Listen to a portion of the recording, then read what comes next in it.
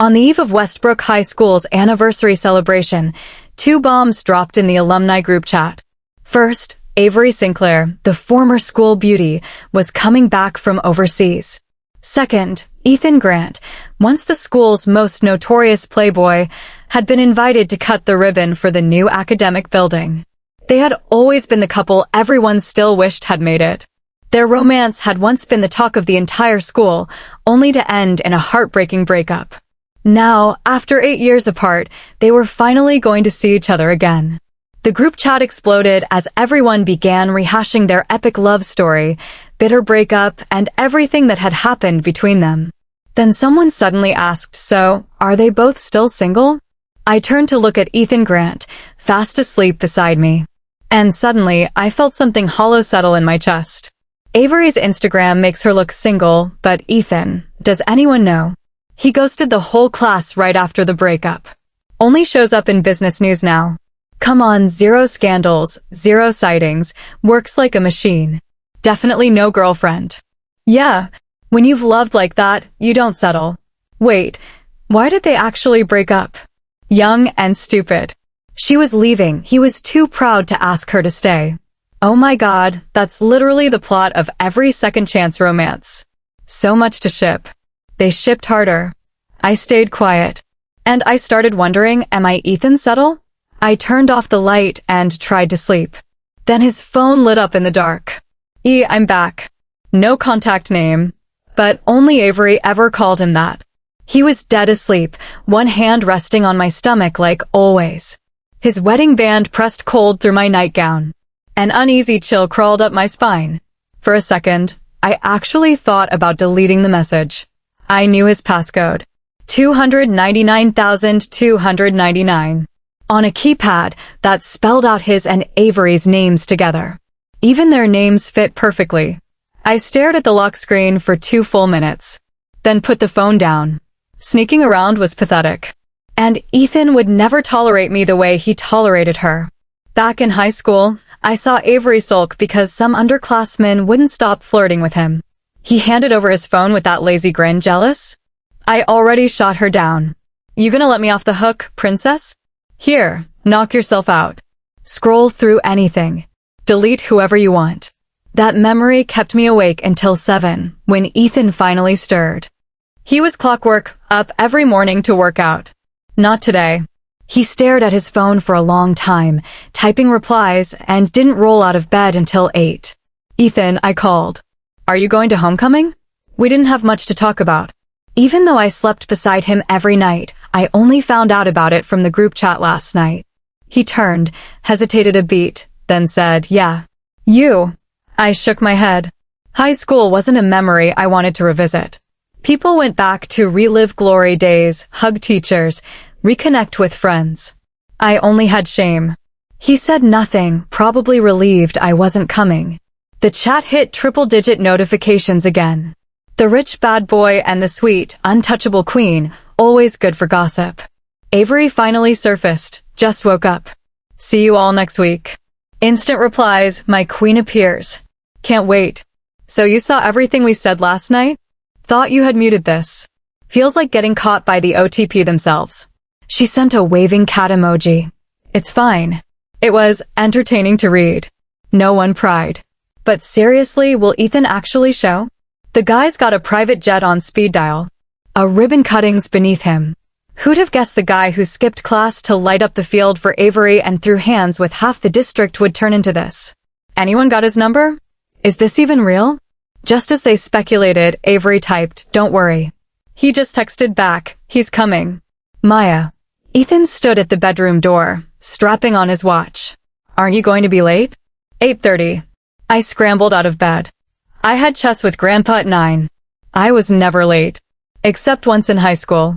That Monday, a pileup jammed every road. I got off the bus and sprinted to the gate, gasping with 1 minute left. Ethan strolled up, chewing a bagel. He stopped a step short of the entrance, crouched, and slowly retied his shoe. Like he was waiting for something. He could have made it. But he got caught with me.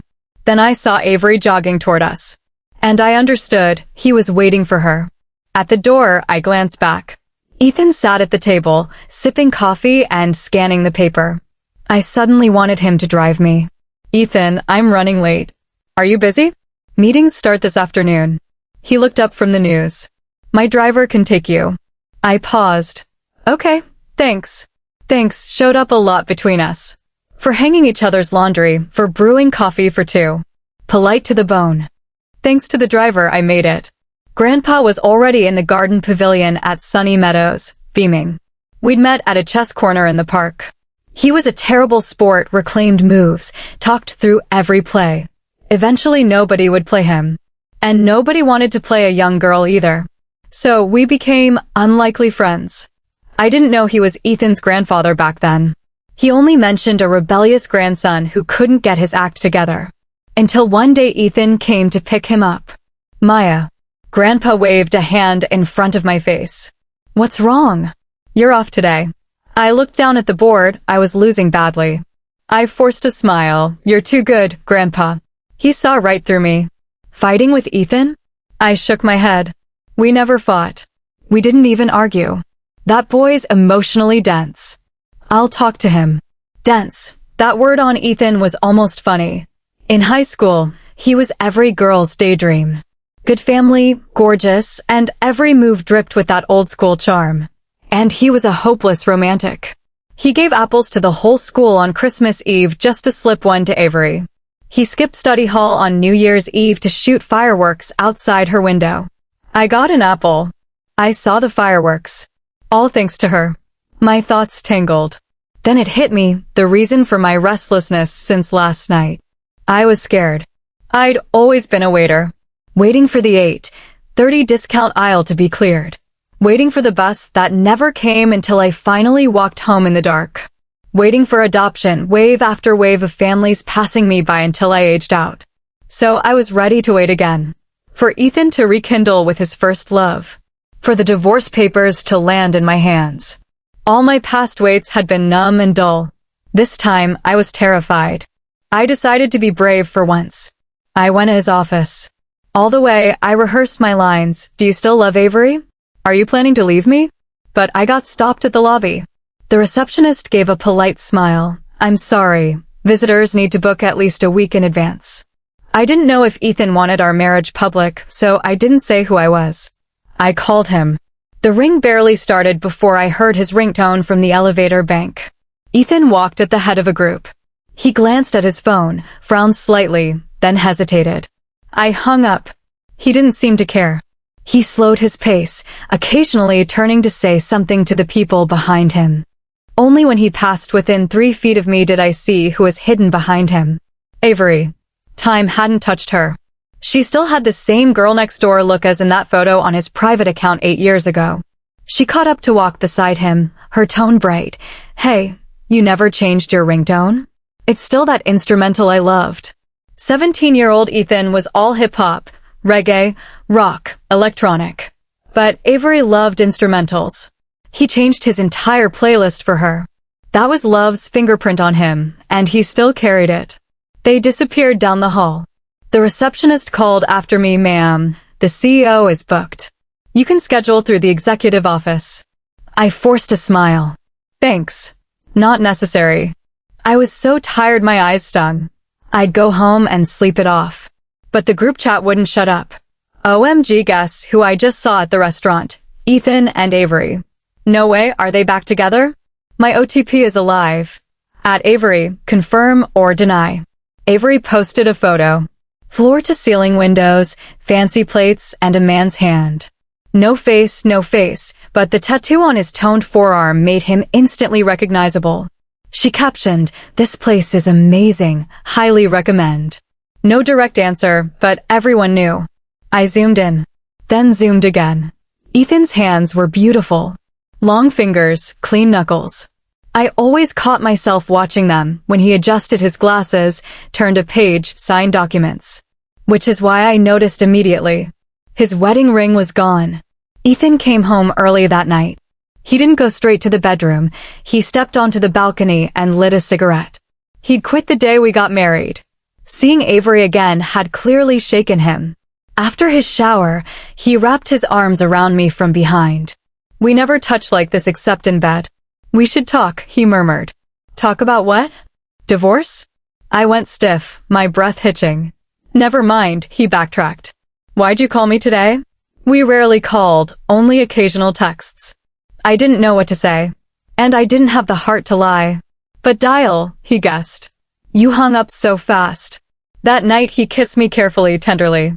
I preferred him rough and wild. In those moments I caught glimpses of the 17-year-old boy he used to be. They say love makes you childish. I'd seen him ruffle Avery's hair with wicked delight. I'd seen him fight for her, bloody and unhinged. But with me, he was always composed, always cool. Because I had seen how he loved someone else, I knew Ethan Grant did not love me. I had no one to turn to. No friends. No family. Except Grandpa. That afternoon, I stared at the chessboard, frozen. The old saying goes, don't be greedy for victory. When danger comes, let go. I wondered if marriage worked the same way. Grandpa, I asked, I can't solve this. What do I do? He laughed, swept the pieces aside. Then flipped the board. So be it. Fall was coming. I didn't switch out my wardrobe. My body wash was nearly empty. I didn't stock up. I packed my books into cardboard boxes. Ethan noticed the half-empty shelf. Where are your books? Already read them. Dropping them off at the foster center. A lie. I just didn't want to scramble when I left. Even the divorce speech I'd rehearsed 100 times. That night he was working in his study. I stood outside, took 3 deep breaths, then turned the knob. He was at his desk, phone pressed to his ear, rubbing his temple. He sounded tired, his voice soft. Avery, I can wrap up my side whenever, it's been too long. I don't want to wait anymore. I didn't stay to hear more. I quietly stepped back and pulled the door shut. I almost laughed at myself. Ethan was more eager than me and much more patient. Divorce was a monumental decision for me. I needed the right time, the right opening. But to him, it was just logistics. Probably waiting for Avery to give the green light so he could deal with me. I'd overthought it. Made too much of a marriage that was always just a formality. That night, I finally said it. At the worst possible moment, in the flattest tone. He was kissing my ear, his lips hot, and I turned my head away. Ethan, let's get a divorce. His lips stopped mid-motion. In the dark, he raised his head. I couldn't read his face. His voice dropped cold. What? Divorce, I repeated. Click. The lamp came on. He sat up straight. Maya, we need to talk. I didn't know what he wanted to discuss, assets, or keeping it from Grandpa. But I'd used up all my courage on those 2 words. I had nothing left for the details. Your lawyers can draft it. I'll agree to everything. I rolled over, my back to him. I thought I heard him sigh, then he got up and left the room. That night without him beside me, I slept poorly. I dreamed of high school. I hadn't thought about those days in years. Maybe Ethan never asked because he didn't want to feel awkward about not remembering me or because he didn't want to bring up Avery. Either way, he never mentioned it. I wasn't like him, famous and admired. And I wasn't like Avery, universally loved. I was invisible. When people found out I was a foster kid, the stares came. When they saw me drink tap water, the smirks. I survived it all. The breaking point was when I brought back a meal for my roommate on my meal card $5.75. She gave me $5. I said, you owe me 75 cents. And suddenly, I was the petty one. What do you expect? She grew up in the system. Every dollar's a big deal to her. Honestly, it makes sense nobody picked her. If she weren't so weird, someone would have taken her home by now. Whispers turned into exclusion. Cold shoulders. Group projects with no partner. Class photos where I stood at the edge. 3 years of it. Ethan was the only crack of light in that dark tunnel. So when I ran into him again, I grabbed on, desperate, greedy for whatever warmth he'd toss me. The next few days, he left early and came back late. Locked himself in the study. We barely crossed paths. At 3 a.m., thirsty, I got up for water. He was on the balcony, cigarette glowing between his fingers. Drafted the papers yet? I asked. He stubbed it out, gave me a long blank look, then walked past me without a word back to his study. The ashtray was overflowing. I didn't know what was eating him. And I was done guessing. 3 days before homecoming, the class rep went down the list in the group chat. Everyone said yes except me. Lurking for years, finally caught. At Maya, are you even in our class? Wrong group. Definitely not. I added everyone at graduation. She's not on my list. Wait, could that be Maya Lawson? We had a Maya. The one who stole money. The accusations poured back like salt water. It was gym period. I was on my period, so I stayed in the classroom to study. Ethan, as usual, was sleeping at his desk. When everyone came back, someone said cash was missing from their desk drawer. It was there before gym. All eyes turned to me. She was the only one here. Who else would bother with a few bucks? She's been using my shampoo too. It runs out way too fast. I bit my lip hard. I didn't take it. No one listened. Ethan kept his head down, dozing, until someone swept my textbooks off the desk and reached for. Then he sat up slowly, voice lazy. She said she didn't. Knock it off. But she was the only one. He rubbed his eyes, irritated. He spread his hands and raised an eyebrow, so was I. Come on, search me. Nobody dared. He was popular, always stepping in when someone needed help. Just this once, his help happened to be for me. The drama fizzled. The real thief was never found. But 8 years later, they were still sure it was me. I was about to leave the group when a friend request popped up. Avery Sinclair. Then a second one with a note, I know about you and Ethan. The day before homecoming, Avery asked to meet. I'd changed over the years, smiled more, stood taller, looked better. But next to her, I still felt small. She arrived early, waved from her seat. Warm, friendly, gorgeous, the same as always. We'd barely spoken in 3 years of high school. Now we sat across a table over a man. She broke the ice first. Nobody remembers you, but I do. You liked Ethan back then, didn't you? My coffee cup froze midway. I didn't answer. Girl's intuition, she continued. I saw every careful glance you stole at him. Shame burned, but I quashed it. Liking him wasn't a crime. I'd done nothing wrong. Yes, I said flatly. I did. She blinked, then smiled wider. Don't worry. I'm not here to judge. Let me guess. The moment was when you got accused of stealing, right? I asked him later why he defended you. Want to know what he said? I looked up, met her eyes. She took a slow sip of coffee. He said, who's Maya? We just had a fight. He was in a mood and snapped at everyone. He didn't even know you. Pure coincidence. She shrugged. I get it, though. Lots of girls crushed on him. I threw away more love letters than I can count. At least you didn't act on it. That's self-aware. She didn't finish the thought. Instead, he told me you two are married. I already knew that. Who else would have? When we broke up, I asked him to wait 6 years max until I finished grad school. And you got married 6 years later, right? Yes. 2 years ago. Grandpa nudged us. We skipped the fuss, signed the papers at the courthouse. I'd seen it as a gift from the universe. Turns out it was just Ethan settling after 6 years of waiting. I was late, she said. That's on me. But when I found out it was you, I don't know, it was complicated. For one thing, I felt bad. He shouldn't have pulled some random classmate into our history. That's just spiteful. And for another, I was almost relieved. Her pity was soft. Honestly, I'm glad it's you. If it were someone who could actually give me for my money, I'd actually be worried. She kept smiling, but her words stung. Something snapped in me. Why are you really here? I don't want you to be fooled forever, Maya. As an old classmate, I couldn't just. I don't believe you. Avery's smile flickered. Whatever you're after, I said, finishing my coffee and grabbing my bag, it's not for my benefit. All this talk, you're just trying to convince yourself. I stood. Because you're not that confident in your own relationship either. I turned and walked out. Behind me, her voice rose, I am confident. It was my fault we broke up, and Ethan says he doesn't blame me, don't you get it? The breeze hit me, and my thoughts scattered. But beneath all my assumptions, something felt off. I drove to Sunny Meadows to see Grandpa. He'd built his fortune from nothing, retired young, and chose to live in a retirement community, away from the noise, with only his chess and his birds. He was already waiting for me. Ethan told me you asked for a divorce. I didn't know what to say. Grandpa, I'm sorry. Silly girl. He smiled. I know you. Ethan has his issues. It's not on you. I shook my head. I was greedy. He patted my shoulder.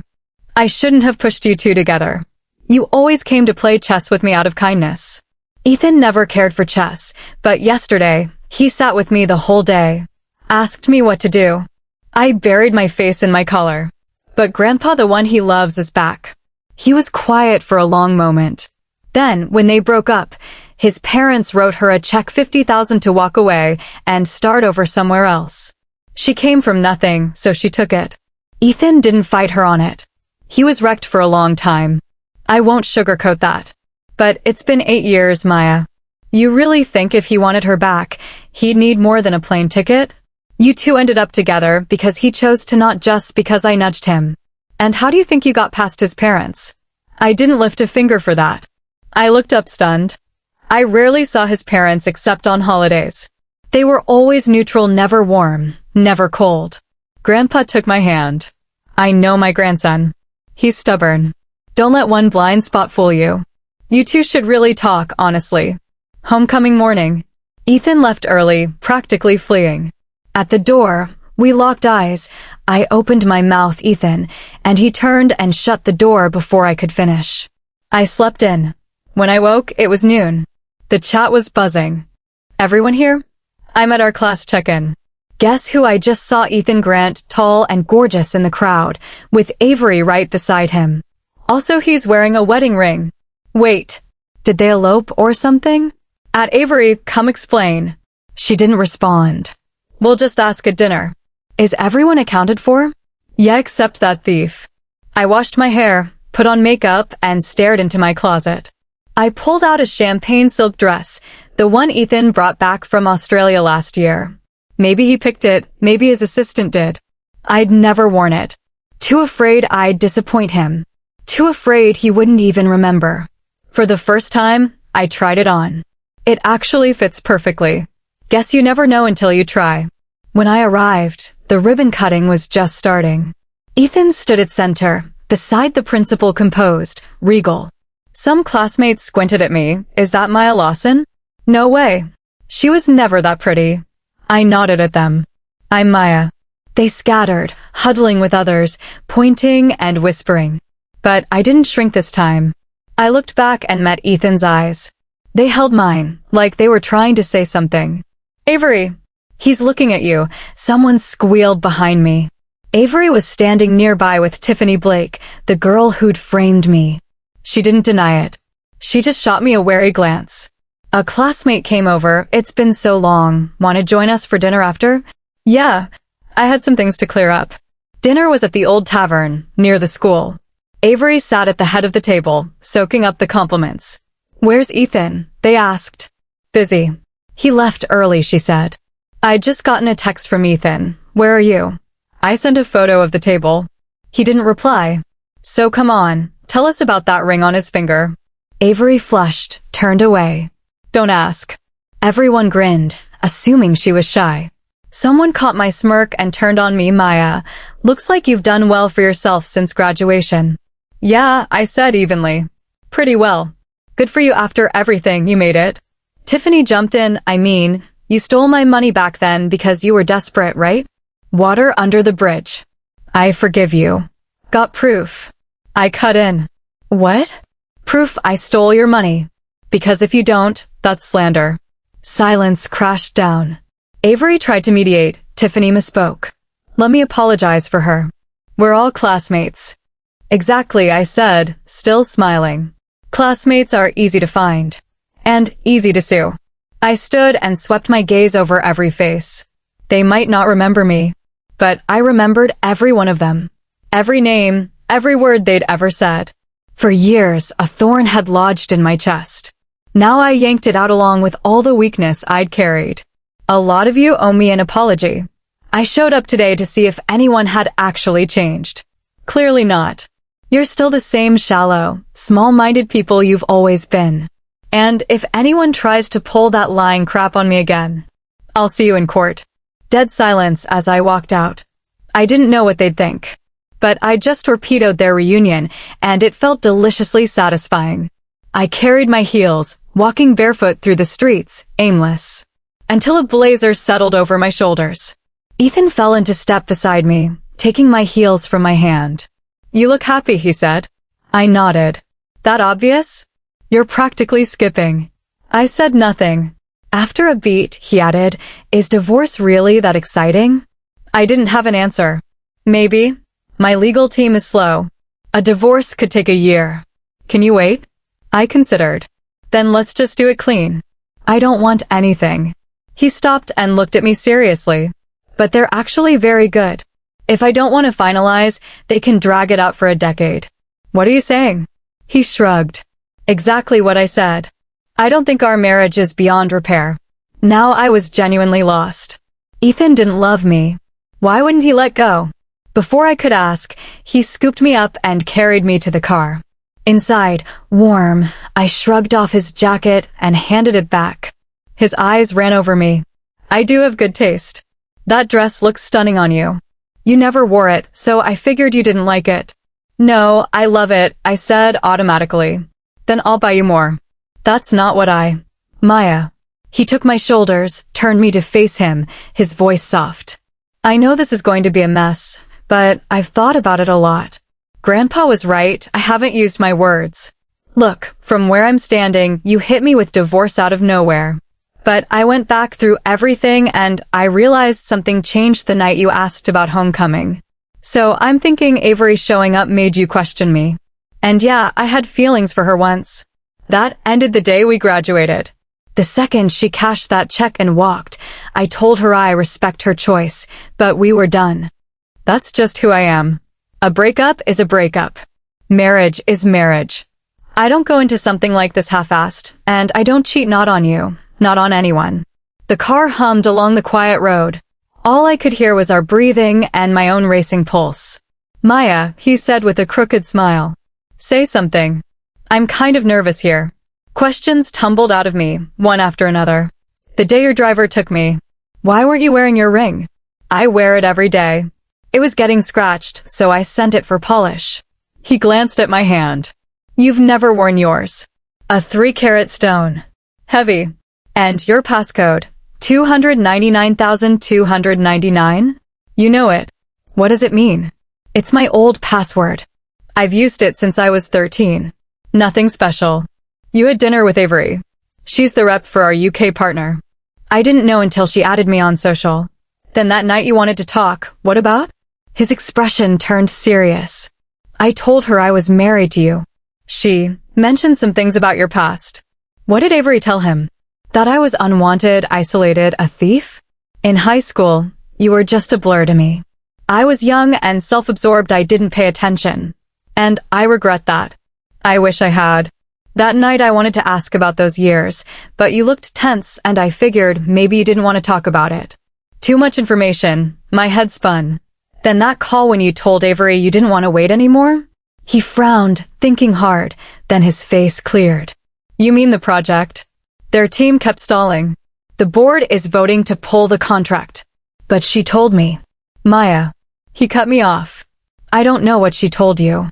But I promise you, I never gave her a hint of hope. Not a single word." The car's heat fogged my thoughts. He took my hand. The freshly polished ring was warm against my skin. "So, no divorce?" "I have my principles, but if you say it again, I'll put up a fight." "I don't know." "That's okay." He squeezed my fingers. "Take your time." This is Listening Novel. We appreciate you spending your time with us. If you enjoyed today's story, please like and subscribe for more stories and stay tuned for what's next.